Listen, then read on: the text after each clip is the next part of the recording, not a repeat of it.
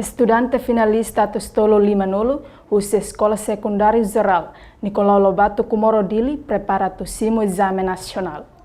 Diretor da Escola Terceiro Ciclo da Secundária Geral Nicolau Lobato Comoro Dili, Marcos Soares Paiseco, para jornalista televisão Timor-Poste e Niknar Fat em segunda-feira, Lourenço Nulo, fulang outubro, tinane.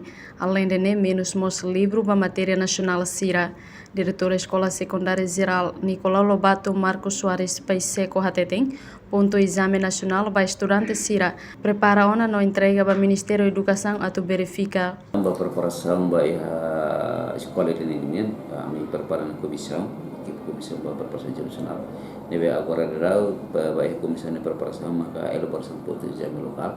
Deve agora a entrega para o município de Lupa de verifica, para estar por isso, para neve, para entregar para a escola, para tamu vai envelope tudo aula sudah. Agora segundo o número de exame nacional, deve Ministério da Educação vai ali o município vai mas a minha escola ida pode a preparação vai a cartão de nacional vai estudante sila.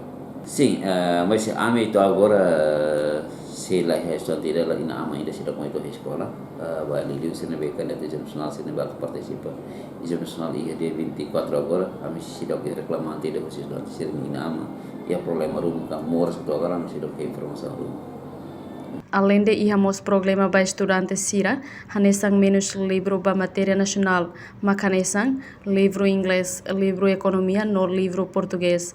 Para naturais Sira, livro química, livro física, no biologia. E a fatem hanesang estudante Natália Pires, preparado a tu participa exame nacional. No russo malo que estudante finalista Sira, estuda de dia.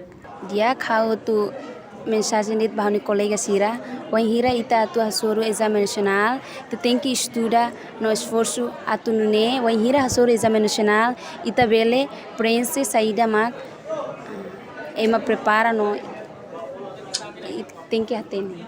Escola Secundária Geral Nicolau Lobato Comoro Dili, hasoro problema menos livro matéria educativo. Reportagem Sabina Sansa, Celeste de Jesus, Televisão Timor-Poste.